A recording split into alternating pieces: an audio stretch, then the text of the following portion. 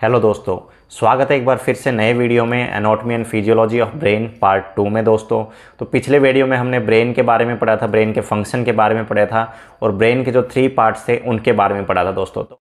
तो आज हम पढ़ेंगे दोस्तों ब्रेन पार्ट 2 के बारे में। दोस्तों पिछले वीडियो में अगर आपने ब्रेन और ब्रेन के फंक्शंस और ब्रेन के पार्ट्स के बारे में नहीं जाना है तो आप वो पिछला वीडियो देख सकते हैं। दोस्तों आज हम बात करने वाले हैं पार्ट्स 2 के बारे में और पार्ट्स 2 में हम क्या क्या पढ़ने वाले हैं वो हम देख लेते हैं। स्टार्टिंग में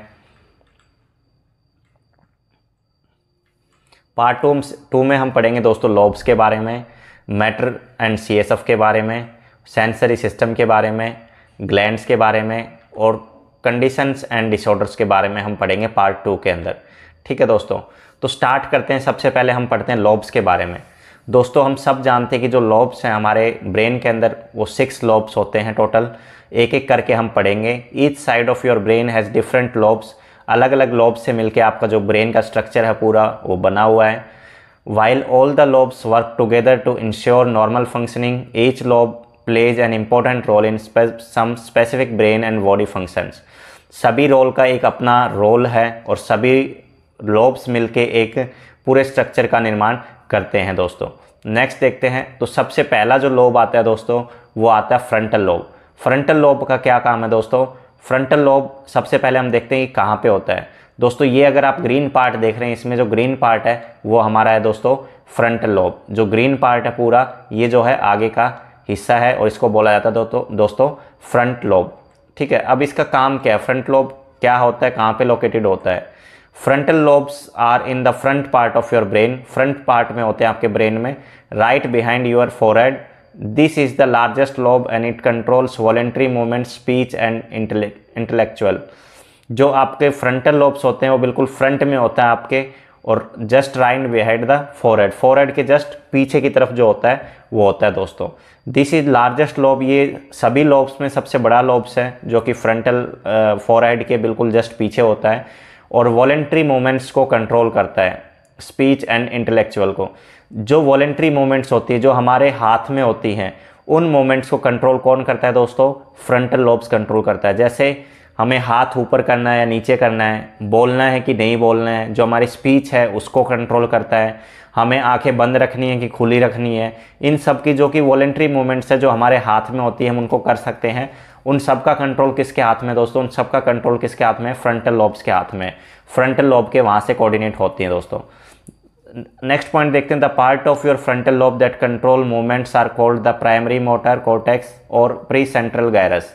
जो आपके प्राइमरी मूवमेंट्स होते हैं, जो वॉलेंट्री मूवमेंट्स होते हैं, इन सबको कंट्रोल करने का काम किसका है? फ्रंटल लॉब्स का है दोस्तों। तो उनको क्या बोला जाता है?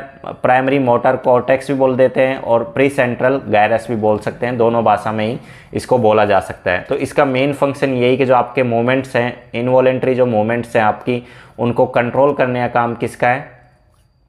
जो वॉलेंट्री मूवमेंट्स है उसको कंट्रोल करने का काम किसका? आपका फ्रंटल लॉब्स का। कहाँ से कोऑर्डिनेट होते हैं? फ्रंटल लॉब से। जितने भी हम मूवमेंट्स अपने मनमर्जी से कर सकते हैं, हाथ को ऊपर नीचे, पैरों को चला सकते हैं, पैरों को हिला सकते हैं, आंखों को बंद कर सकते हैं, स्पीच बोलना है कि नहीं बोलना है, ये सब कैसे कंट्रोल होगा?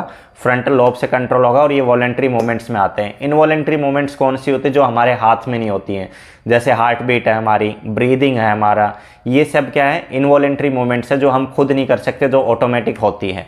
ठीक है दोस्तों, नेक्स्ट देखते हैं हम। नेक्स्ट क्या है? नेक्स्ट है दोस्तों ओसिपिटल लोब। ओसिपिटल लोब कहाँ होता है? ये आपके बिल्कुल पीछे होता है, स्कल के पीछे। These lobes in the back of your brain allows you to notice and interpret visual information. जो आपकी देखने का जो भी इंटरप्रिटेशन है, डाटा है, देखने की जो भी शक्ति है वो हमें कहाँ से? ओसिपिटल लोब से कोऑर्डिनेट होती है। जैसे कोई भी कलर पहचानना है या फिर किसी भी चीज़ को देखना है, थोड़ा ज़्यादा ध्यान से देखना है कि नॉर्मल देखना है और डिस्टेंस कितना है, ये सब विजुअल जो हैं वो कहाँ से कोऑर्डिनेट होती है? ये होती है हमारे ओसिपिटल लोब से। ब्रेन के कौन से लोब से होती है दोस्तों? ओसिपिटल लोब से। ठीक है, तो विजुअल से रिलेटेड जितनी भी इंफॉर्मेशन है वो कहाँ से इंटरप्रेट होती हैं? हमारे विजुअल लोब के अंदर होती हैं। जैसे कलर को पहचानना है या फिर किसी भी चीज़ को देखना है, ये सारे इंटरप्रिटेशन कहाँ से होती हैं? ये होती हैं ओसिपिटल लोब में। Your occipital lobes control how you process shape, colours and movements. कैसे आप मूवमेंट्स को पहचानते हो कि वो आगे गया है कि पीछे गया है, जो शेप्स कैसी शेप हैं उनको कैसे हम इंटरप्रेट्स करते हैं, वो सारा कहाँ पे होता है, ये होता है हमारे ओसिपिटल लोब में दोस्तों। ठीक है, ओसिपिटल लोब कहाँ होता है, आपके बैक ऑफ हेड, बिल्कुल आपके पीछे की तरफ जो होता है वो होता है ओसिपिटल लोब। ये भी दोस्तों एक होता है, फ्रंटल लोब भी एक होता है, ओसिपिटल लोब भी एक होता है दोस्तों। ठीक है, नेक्स्ट अगर हम बात करें तो पैरेटियल लोब। दोस्तों parietal lobes are near the centre of your brain, जो आपका ब्रेन है उसके बिल्कुल सेंटर में होता है। पैरेटियल लोब दोस्तों दो लोब होते हैं, एक राइट में और एक लेफ्ट साइड में। जो पैरेटियल लोब होता है वो एक्चुअल में कहाँ पे होता है, आपके सेंटर ऑफ योर ब्रेन, बिल्कुल सेंटर में होता है। ये दो होते हैं, एक आपके राइट में एक आपके लेफ्ट में और एक आपका राइट साइड में, दो होते हैं। फ्रंटल लोब और ऑसिपिटल लोब एक एक होता है, पैरेटियल लोब दो होते हैं जो कि आपके ब्रेन के बिल्कुल सेंटर में रहते हैं। ठीक है, इसका काम क्या है, इसका काम है दोस्तों they receive and interpret signals from other parts of your brain. आपके अदर पार्ट से जो इन्फॉर्मेशन आती है उसको इंटरप्रेट करने का काम किसका काम है दोस्तों, पैरेटियल लोब का काम है।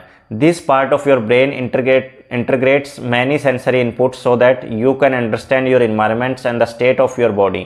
ये क्या करता है, बहुत सारी इन्फॉर्मेशन जो आपके अदर पार्ट से आती है, ब्रेन के अदर पार्ट से आती है, उनको इंटरप्रेट करता है और आपको डिसीजन लेने में हेल्प करता है कि आपके सराउंडिंग में क्या चल रहा है, उसको अंडरस्टैंड करने में आपकी मदद करता है। This part of your brain helps give meaning to what's going on your environment. मतलब आपके इन्वायरमेंट में क्या चल रहा है, अच्छा चल रहा है, बुरा चल रहा है, आपने जो देखा, जैसे ऑसिपिटल लोब में विजुअलाइज किया कि कुछ ऐसा खतरा है यहाँ पे, वो इन्फॉर्मेशन भेजता है centre of the brain, brain के सेंटर में यानी पैरेटियल लोब में। वहाँ से डिसीजन होता है उसके ऊपर कि आपको वहाँ से जाना चाहिए कि आपको वहीं पे रहना चाहिए। तो ये सारा काम किसने किया, पैरेटियल लोब में। पैरेटियल दो लोब होते हैं दोस्तों, एक राइट में और एक लेफ्ट में। ठीक है दोस्तों, नेक्स्ट आता है दोस्तों टेम्पोरल लोब। टेम्पोरल लोब भी दोस्तों दो लोब होते हैं, एक राइट में एक लेफ्ट में। ये आपके ईयर के आसपास होता है, ये आपके कहाँ पे होता है, ईयर के आसपास। ये जो लोब है दोस्तों वो आपका होता है टेम्पोरल लोब। ये भी दो होते हैं। These part of brains are near your ear on each side of your brain. आपके दोनों तरफ कान के आसपास होते हैं दोस्तों, ये एक राइट में एक लेफ्ट में, दोनों तरफ कहाँ पे होते हैं, टेम्पोरल लोब कहाँ पे होते हैं, दोनों तरफ, एक राइट में और एक आपके लेफ्ट में। जैसे कि आप इमेज में देखेंगे जो ग्रीन कलर दिखाई दे रहा है आपको, ग्रीन कलर में जो पार्ट दिखाई दे रहा है वो है दोस्तों टेम्पोरल लोब। ये एक होता है लेफ्ट में और एक होता है राइट में। तो दो पैरेटियल थे, दो टेम्पोरल थे। ठीक है दोस्तों, अब इसका काम देख लेते हैं कि इसका काम क्या है। The temporal lobe are important in being able to recall words और place that you have been. Temporal lobe का क्या एक्चुअली मेमोरी को रिकॉल करने का काम है कि अगर आप कहीं घूमने गए थे या फिर कोई ऐसा वर्ड जो आपने याद किए थे तो रिकॉल करने का, रिमाइंड करने का काम किसका है दोस्तों, वो है टेम्पोरल लोब का। टेम्पोरल लोब का काम है मेमोरी को रिकॉल करने का, कि कोई पुरानी मेमोरी या फिर पुराने कोई वर्ड जो आपने याद किए हो या फिर कोई पुराना सीन जो आपने कभी देखा हो उसको रिकॉल करने का काम किसका है दोस्तों, ये है टेम्पोरल लोब का। It also help you recognize people, understand language and interpret other people's emotions। दूसरे लोगों के, सामने वाले लोगों की क्या इंटरप्रिटेशन है, क्या इमोशंस है उनके, वो खुश हैं, दुख है, तो उनको देखने के आपका दिमाग जो है उनको कोशिश करता है समझने की कि सामने वाला खुशी दिखा रहा है कि दुख में है। ये सब कहाँ से आप देख तो पाते हैं, लेकिन देखने के बाद जो ऑसिपिटल लोब है वो कहाँ पे भेजता है, हमारे टेम्पोरल लोब में भेजता है, वहाँ से इंटरप्रेट्स होता है। हर लोब एक दूसरे के एडजेसेंट साथ में मिलके जो है काम करते हैं। पूरा ब्रेन एक स्ट्रक्चर है, सब आपस में मिलके एक दूसरे की हेल्प करते हैं और इंटरप्रेट करके उसको डिसीजन लेने का काम करवाते हैं दोस्तों। तो इसका क्या काम है कि एक तो मेमोरी रिकॉल करने का काम है टेम्पोरल लोब का, दूसरा जो लैंग्वेज है उसको समझने का काम, सामने वाले ने क्या बोला उसको अंडरस्टैंडिंग करने का काम, और तीसरा दोस्तों इंटरप्रेट करने का कि सामने वाले के क्या इमोशंस हैं, अच्छे इमोशंस हैं, बुरे इमोशंस हैं, उसके अकॉर्डिंग कमांड देता है कि आपको कैसे रिएक्ट करना है। ये काम है दोस्तों टेम्पोरल लोब का। ठीक है दोस्तों, नेक्स्ट अगर हम देखें तो नेक्स्ट है दोस्तों ब्रेन हेमिस्फीयर। हमने 6 लोब थे, इसमें 6 के 6 लोब्स हमने कवर कर लिए हैं। पहला जो था हमारा वो था फ्रंटल लोब्स, एक होता है, ऑसिपिटल लोब 2 होते हैं, पैरेटियल और टेम्पोरल 2-2 होते हैं, 4 ये हो गए 6 लोब्स दोस्तों। अब हम देखते हैं दोस्तों ब्रेन हेमिस्फीयर। ब्रेन हेमिस्फीयर क्या होता है, बेसिकली दोस्तों हमारा जो ब्रेन होता है ना अंदर में, वो 2 पार्ट्स में डिवाइड होता है, एक राइट साइड में एक लेफ्ट साइड में। दोनों पार्ट को हेमिस्फीयर बोला जाता है, राइट हेमिस्फीयर और लेफ्ट हेमिस्फीयर दोस्तों। Your cerebrum divide into 2 holes, the left and right cerebrum hemisphere. जो आपका ब्रेन है ना, जो सेरेब्रम हमने पढ़ा था पिछले पार्ट में, पार्ट 1 में, कि जो सेरेब्रम होता है वो हमारे पार्ट का ऑलमोस्ट 80% पार्ट को कवर करता है। तो उसके 2 पार्ट होते हैं दोस्तों, एक होता है राइट पार्ट और एक होता है लेफ्ट पार्ट। दोनों को क्या नाम दिया, राइट हेमिस्फीयर और लेफ्ट हेमिस्फीयर। ठीक है दोस्तों, आगे देखते हैं। Your cerebrum divides into 2 holes, the left and right cerebrum hemisphere. ठीक है, जैसा कि आप इस इमेज में देख रहे हैं कि दोनों, एक ब्लू में और एक आपको ब्राउन में, दोनों में दिखाई दे रहा है। 2 पार्ट में हमने इसको डिवाइड कर रखा है, राइट हेमिस्फीयर और लेफ्ट हेमिस्फीयर। इसमें दोस्तों हम एक इंटरेस्टिंग फैक्ट भी देखेंगे कि इसके पीछे क्या फैक्ट है दोस्तों। अगर हम बात करें, the 2 halves of brain are connected by nerve fibre bundles white matter called your corpus callosum. आपका एक ब्रेन के अंदर एक पार्ट होता है कॉर्पस कॉलोजम। वो क्या होता है दोस्तों, एक बंडल होता है फाइबर्स का जिसको व्हाइट मैटर कहा जाता है। इसका क्या काम है कि दोनों जो हेमिस्फीयर होते हैं, राइट हेमिस्फीयर और लेफ्ट हेमिस्फीयर, उन दोनों को जोड़ने का काम करता है और उसी को कहा जाता है दोस्तों कॉर्पस कॉलोजम। उसी को कहा जाता है कॉर्पस कॉलोजम। ये क्या होता है, नर्व फाइबर का बंडल होता है जो कि दोनों पार्ट को जोड़ने का काम कौन करता है, कॉर्पस कॉलोजम। राइट हेमिस्फीयर को और लेफ्ट हेमिस्फीयर को, दोनों को एक साथ नर्व से जोड़ने का काम करता है, जिसको व्हाइट मैटर कहा जाता है और उसको कहा जाता है कॉर्पस कॉलोजम। ठीक है, the right side of your cerebrum controls movement on left side और your body and vice versa. जो आपका सेरेब्रम के 2 पार्ट जो हमने अभी देखे हैं कि राइट और लेफ्ट, जो राइट साइड का हेमिस्फीयर होता है वो दोस्तों आपके लेफ्ट साइड का जो पूरा बॉडी होता है, जैसे आपके लेफ्ट साइड के हैंड हैं, लेफ्ट साइड का लेग है, लेफ्ट साइड का फेस है आपका, जैसे हमने यहाँ से बीच में से बॉडी को 2 पार्ट में डिवाइड कर दिया, लेफ्ट साइड और राइट साइड। ठीक है, तो राइट साइड का जो हेमिस्फीयर है वो लेफ्ट साइड को कंट्रोल करता है और जो लेफ्ट साइड का हेमिस्फीयर हमारा वो राइट साइड को कंट्रोल करता है। कभी भी आप स्ट्रोक के पेशेंट को देखेंगे जिसको स्ट्रोक आ गया, यानी किसी के ब्रेन में नस फट गई या ब्लॉक हो गई, उस कंडीशन में क्या होता है, अगर पेशेंट के लेफ्ट साइड में अगर कोई वो स्ट्रोक आया है तो उसके हमेशा राइट साइड में देखना वीकनेस मिलेगी। या तो हाथ काम नहीं करेंगे, या राइट साइड के पैर काम नहीं करेंगे, या फिर फेस में यहाँ पे सुन्न हो जाएंगे फेस। तो हमेशा ये चीज़ का ध्यान रखना है कि जो हेमिस्फीयर हैं वो एक दूसरे के अपोजिट काम करते हैं। अगर लेफ्ट हेमिस्फीयर में अगर कोई दिक्कत हुई है तो राइट साइड का पूरा बॉडी जो है सुन्न हो जाता है, और अगर राइट हेमिस्फीयर में कोई दिक्कत हुई है तो लेफ्ट साइड का जो बॉडी है वो पूरा सुन्न हो जाता है दोस्तों। आपको वीडियो अच्छा लग रहा है तो वीडियो को लाइक करें और दोस्तों सब्सक्राइब जरूर करें, ताकि ऐसे जो नेक्स्ट पार्ट आपको आएगा वो उसका नोटिफिकेशन आपको मिलता रहे। और हमारे साथ अगर चलते हैं, पार्ट 1 आपने नहीं पढ़ा है तो आप पढ़ लीजिए, अगर पार्ट 2 आपने पढ़ा है तो बहुत ही अच्छा है। पार्ट 2 में हम अभी देख रहे हैं और ऐसे ही हम धीरे धीरे करके कोशिश करेंगे कि कुछ ही दिनों में, यानी कुछ ही महीनों में, 1-2 महीने में हम पूरी एनाटॉमी को कवर करने की कोशिश करें दोस्तों। जितने भी पार्ट हैं हमारे, जितने भी बॉडी ह्यूमन सिस्टम में जितने पार्ट हैं उनको सबको कवर करने की कोशिश करेंगे दोस्तों। तो दोस्तों अब नेक्स्ट देखते हैं हम, कॉर्पस कॉलोजम हो गया कि जो राइट और लेफ्ट हेमिस्फीयर को जोड़ता है नर्व बंडल से, जो कि व्हाइट मैटर होते हैं, उसको कहा जाता है दोस्तों कॉर्पस कॉलोजम। ठीक है, अब देखते हैं दोस्तों bones and tissues that protect your brain. अब ब्रेन है दोस्तों, ब्रेन को बचाने के लिए भी कोई चीज़ चाहिए ना। अगर कोई ऐसे मुक्का मार देगा, कोई हिट कर देगा तो तुरंत ब्रेन पे इंजरी हो जाएगी, लेकिन नहीं दोस्तों, उससे भी पहले कुछ उसको बचाने के लिए कुछ टिश्यूज हैं, कुछ बोन्स हैं, उनको पढ़ते हैं हम कि वो कौन कौन से हैं। तो सबसे पहले अगर देखेंगे तो हमारे जो ब्रेन है उसके ऊपर क्या है दोस्तों, हड्डी है। हड्डी को बोला जाता है दोस्तों cranium. The bony structure called your cranium surround your brain. जो हमारा पूरा ब्रेन है ना दोस्तों, उसको एक बोन ने कवर किया हुआ है हेलमेट की तरह, जिसका नाम है दोस्तों क्रेनियम। ये जो पूरा फोरहेड से लेके जो पूरा हमारा ये है, ये पूरा एक बोन है जो कि ब्रेन के ऊपर कवर है हेलमेट की तरह पे, और इसको बोला जाता है दोस्तों क्रेनियम कैविटी। क्रेनियम कैविटी के अंदर हमारा जो ब्रेन है वो रखा हुआ है दोस्तों। अगर कभी भी चोट लग जाती, कोई भी एक्सीडेंट हो जाता है, तो कोशिश ये रहती है कि सबसे पहले इंजरी बोन के ऊपर ही हो, डायरेक्ट कोई भी इंजरी ब्रेन के ऊपर ना हो। अगर कुछ ज़्यादा ही सीवियर इंजरी हो जाती है, कोई ज़्यादा ही तेज चोट लग जाती है, तब दोस्तों ब्रेन तक वो बात पहुँचती है। ठीक है दोस्तों, तो क्रेनियम कैविटी है जिसके अंदर ब्रेन अच्छे से सेफ तरीके से रखा हुआ है। Your cranium is a part of your skull, all the bones of your skull protect your brain from injury. तो आपका जो क्रेनियम पार्ट है वो क्या करता है, आपके ब्रेन को बचाता है किसी भी इंजरी से। क्रेनियम में अंदर दोस्तों, जो क्रेनियम कैविटी होती है उसके अंदर आपकी 8 बोन होते हैं दोस्तों। ठीक है, वो हम पढ़ेंगे बोन्स में।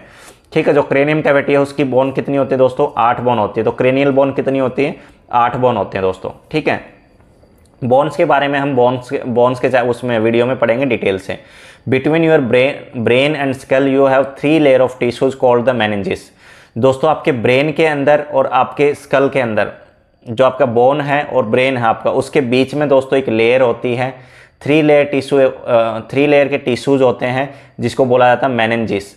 मेनिंजेस क्या करता है दोस्तों, आपके ब्रेन को प्रोटेक्ट करता है। कोई भी बाहर से बैक्टीरिया, कोई भी इन्फेक्शन, अगर कोई इंजरी हो जाती है तो वहाँ से कोई इन्फेक्शन या फिर कोई भी वायरस वगैरह ना घुस पाए। मेनिंजेस एक लेयर होती है जो कि 3 चीज़ों से मिलकर बनी होती है। वो तीनों चीज़ें हम इसमें पढ़ेंगे, ड्यूरा मैटर से, पाया मैटर से और आर्कनोइड से। वो अभी हम इस वीडियो में आगे डिस्कस करेंगे। तो between your brain and skull के बीच में 3 लेयर टिश्यू होते हैं जिसको कहा जाता है मेनिंजेस। अगर मेनिंजेस में दोस्तों कोई इन्फेक्शन हो जाता है, कोई भी दिक्कत होती है तो उसको मेनिंजाइटिस बोलते हैं। अगर मेनिंजेस में कोई टीबी वगैरह हो गई, कोई इन्फेक्शन हो गया है तो उसको बोला जाता है दोस्तों मेनिंजाइटिस। मेनिंजाइटिस किसको बोला जाता है, अगर आपके मेनिंजेस में कोई भी प्रॉब्लम हो गई। मेनिंजेस क्या है, आपके जो ब्रेन और स्कल के बीच में एक जो लेयर है, सॉफ्ट टिश्यू की लेयर है, उसको बोला जाता है दोस्तों मेनिंजेस। ठीक है दोस्तों, नेक्स्ट अगर हम देखें दोस्तों तो वो तीनों लेयर जिससे मिलकर मेनिंजेस बना है, पहला है दोस्तों ड्यूरा मैटर। ड्यूरा मैटर क्या है, the outermost layer lines your entire skull, part of dura mater from folds that separate the right half of your brain from the left. Dura mater क्या है कि जो outermost जो layer है meninges की, जो 3 layer से बना है, जो आउटर मोस्ट लेयर है स्कल की, उसको कहा जाता है दोस्तों ड्यूरा मैटर। जो कि किससे क्या काम करता है, वो सेपरेट करता है right half of your brain from left half. जैसे हेमिस्फीयर को डिवाइड करता है ना, सेरेब्रम को राइट हेमिस्फीयर में और लेफ्ट हेमिस्फीयर में, उसको डिवाइड करने का काम कौन करता है दोस्तों, ड्यूरा मैटर। ड्यूरा मैटर क्या है, आउटर लेयर है दोस्तों आपके मेनिंजेस की। ठीक है, नेक्स्ट है दोस्तों arachnoid. The middle layer of the meninges is a thin fragile layer of tissues that cover your entire brain. जो मिडल लेयर है आपके मेनिंजेस की, उसको बोला जाता है दोस्तों आर्कनोइड। ये फ्रेजाइल लेयर है tissues that cover your entire brain, जो पूरे ब्रेन को कवर करके रखता है, मिडल लेयर जिसको बोला जाता है आर्कोनोइड दोस्तों। ठीक है दोस्तों, जो 3 लेयर से बना हुआ है ये। लास्ट जो है दोस्तों पाया मैटर। पाया मैटर का क्या काम है, the inner most layer contain blood vessels that run into your brain and surface. पाया मैटर बहुत ही इंपॉर्टेंट है। पाया मैटर लेयर के अंदर जो आपके ब्लड वेसल्स होती हैं, जो ब्रेन के वो ब्लड सप्लाई करवाती हैं, खून की सप्लाई करवाती हैं, उन लेयर को दोस्तों ये कवर करके रखता है। जो पाया मैटर होता है, जो ब्लड के अंदर जो वेसल्स जारी होती है, जो खून की जो वेसल्स, जो कैरोटिड वेसल्स वगैरह जो जारी होती हैं, उन सबको कवर करने का काम किसका करना है, पाया मैटर का। पाया मैटर क्या करता है कि वेसल्स को कवर करके रखता है और इसके अंदर से जो है वो वेसल्स जाती है, ताकि कोई भी इंजरी या फिर कुछ भी ऐसी घटना अगर हो जाए तो डायरेक्ट वेसल्स के ऊपर अटैक ना हो, पहले पाया मैटर उस पे होंगे। पाया मैटर को इंजरी होने के बाद ही उन पे खतरा है दोस्तों। कवर करके रखती है आपके वेसल्स को, जो ब्लड सप्लाई करवाती हैं ब्रेन को। ठीक है दोस्तों, तो इन 3 लेयर से मिलके जो मेनिंजेस बना है, और मेनिंजेस क्या है, प्रोटेक्ट करने का काम करता है ब्रेन को, और स्कल के और उसके बीच में ब्रेन के बीच में पाई जाती है मेनिंजेस लेयर। ठीक है दोस्तों, अगर कोई मेनिंजेस में इन्फेक्शन हो जाए तो उसको क्या बोलते हैं, मेनिंजाइटिस बोलते हैं दोस्तों। अब आती है बात सीएसएफ की, सेरेब्रोस्पाइनल फ्लूइड। सेरेब्रोस्पाइनल फ्लूइड, इसकी जो क्वांटिटी होती है दोस्तों ब्रेन में 120 ml के आसपास होती है। 120 ml के आसपास क्वांटिटी होती है इसके अंदर, एक अडल्ट के अंदर 120 ml के आसपास। बिटवीन योर आर्कनोइड एंड पाया matter tissue is a clear substance called your cerebrospinal fluids. ठीक है, आपके पाया मैटर और आर्कनोइड के बीच में, हम सब जानते हैं कि जो आर्कनोइड और पाया मैटर हैं वो दोनों मेनिंजेस की मिडल और इनर मोस्ट लेयर हैं। दोनों के बीच में एक फ्लूइड पाया जाता है जिसको बोला जाता है सीएसएफ। आर्कनोइड और पाया मैटर के बीच में एक फ्लूइड पाया जाता है जो कि होता है सीएसएफ। ठीक है दोस्तों, cerebrospinal fluid. CSF also surround your spinal cord which runs through the vertebra bones of your spine. CSF cushion and protect these vital nerve system organ. CSF क्या करता है, आपके जो स्पाइनल कोड होता है उसके थ्रू नीचे तक जाता है, आपके जो स्पाइनल कोड होती है उसको भी प्रोटेक्ट करने का काम करता है, और स्पाइनल कोड के थ्रू लास्ट तक आपके जो रीढ़ की हड्डी होती है वहाँ तक गया हुआ होता है, और नर्वस सिस्टम को, जो आपकी नर्व्स होती हैं, उनको कुशियन देने का काम करता है CSF। यानी उनको जैसे मूवमेंट होती है ना, तो वहाँ पे कोई भी रफ सरफेस ना आए, उसका कुशियन की तरह काम करता है आपका CSF। ठीक है दोस्तों, तो CSF कुछ इस प्रकार से होता है, 120 ml इसकी क्वांटिटी होती है एक अडल्ट में। नेक्स्ट अगर आप इस इमेज में देखेंगे तो CSF कुछ इस प्रकार से चलता है आपके ब्रेन में, जैसे हमने बताया आर्कनोइड और पाया मैटर के बीच में होता है, और ये आपके स्पाइनल कोड के थ्रू नीचे लास्ट तक जो आप देख रहे हैं नीचे रीढ़ की हड्डी, वहाँ तक ये मिलता है दोस्तों, यहाँ लंबर वर्टिब्रा तक ये आता है दोस्तों। अगर लंबर पंचर करते हैं तो अगर CSF का सैंपल वगैरह अगर लेना होता है तो लंबर वर्टिब्रा से इनको पंचर किया जाता है दोस्तों। ठीक है दोस्तों, तो CSF का फुल फॉर्म होता है सेरेब्रोस्पाइनल फ्लूइड, और CSF की क्वांटिटी होती है 120 ml के आसपास एक अडल्ट में दोस्तों। ठीक है दोस्तों, तो दोस्तों आज के वीडियो में इतना ही। हम पार्ट 3 में हम दोस्तों क्या क्या कवर करेंगे, क्योंकि बहुत लंबा वीडियो हो जाएगा। हम इतना एक दिन में दोस्तों एक वीडियो में इतना ही पढ़ेंगे ताकि आपको जो याद रह सके। अगर हम एक ही दिन में पूरा ब्रेन कवर करेंगे तो आपको अच्छे से न तो याद हो पाएगा और न अच्छे से हम बता पाएंगे, क्योंकि फिर जल्दी जल्दी में सारा कुछ वो करना पड़ेगा, कवर करना पड़ेगा। तो हम इतना ही पढ़ेंगे जो कि आपको याद हो जाए, आपको भी रिलैक्स मिल जाए। ठीक है, अगर आप ज़्यादा पढ़ सकते हैं तो 2 वीडियो एक साथ देख सकते हैं। आप एक दिन में 2 वीडियो देखें, 3 वीडियो देखें, ताकि एक सिस्टम आपका कवर हो जाए। ठीक है, पार्ट 3 में हम क्या क्या पढ़ने वाले हैं। पार्ट 3 में हम पढ़ेंगे दोस्तों थैलेमस के बारे में, हाइपोथैलेमस के बारे में, पिट्यूटरी ग्लैंड के बारे में, पिट्यूटरी ग्लैंड के क्या फंक्शन है, बेसल गैंग्लिया के बारे में, वाइट मैटर के बारे में, ग्रे मैटर के बारे में, और दोस्तों disorder of your brain, brain से रिलेटेड किस प्रकार की बीमारियां रहती हैं उनके बारे में पढ़ेंगे दोस्तों पार्ट 3 में। तो दोस्तों अगर चैनल को अभी तक सब्सक्राइब नहीं किया तो चैनल को सब्सक्राइब कर ले ऐसे और वीडियो के लिए। पार्ट 3 में हम बहुत ही इंपॉर्टेंट स्ट्रक्चर के बारे में बात करेंगे ब्रेन के, और वीडियो को शेयर करें। और ये पैरामेडिकल्स वाले जितने भी स्टूडेंट्स हैं उनके लिए वीडियो बहुत ही इंपॉर्टेंट होने वाला है, क्योंकि इससे बाहर इससे ज़्यादा एडवांस कहीं नहीं पूछा जाता है। तो दोस्तों वीडियो को लाइक ज़रूर करें और सब्सक्राइब करना ना भूलें। मिलते हैं नेक्स्ट पार्ट 3 में।